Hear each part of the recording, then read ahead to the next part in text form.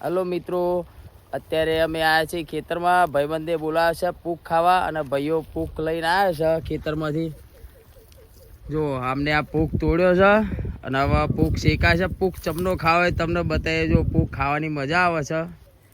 આ ભાઈઓ પૂક શેકે છે. અમારા જયેશભાઈના ખેતરમાં આવ્યા છીએ. એ જયેશભાઈ, પૂક ખાવા તમે બોલાયા છો અમને, અમે તો આવી ગયા છીએ. આવો આવો, બરોબર, તમને ખાવા તો બોલાયા. પૂક શેકાયા છે, વધારે લગડી ગયું છે એટલે અમારા ભાઈએ થોડું ફેલાઈ નાખ્યું છે કે બરી ના જાય ને કે ખાધ્યાના કોમ ના આવે. અને આ સાહેબની વાડી મારા જયેશભાઈએ ડેઠી કરી હતી પણ અત્યારે થઈ ગયા છે બાવા.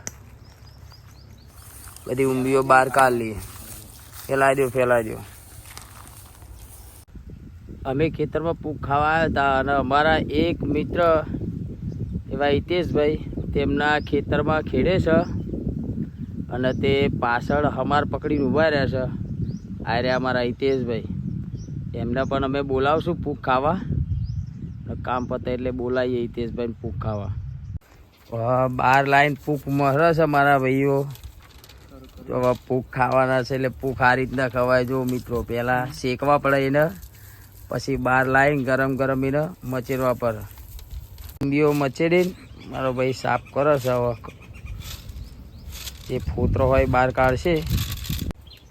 કમ્પ્લેટ સાફ થઈ ગયો પૂક. આ ખાઈએ, કમ્પ્લેટ સાફ થઈ ગયો છે.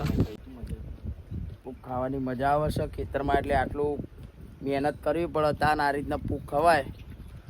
તમારા દિલીપભાઈએ બહુ સેવા કરી છે. જો અજાભાઈ પણ બે છે.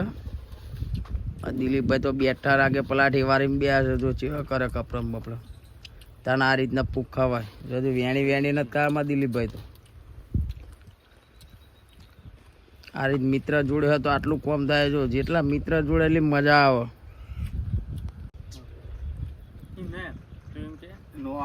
નોકરી મૂકીને તો ભાઈ અમારા જોડે ખેતી કરવા હતો રે. નોકરી તો કરવી પડે. ખેતી તો બાપા કરે.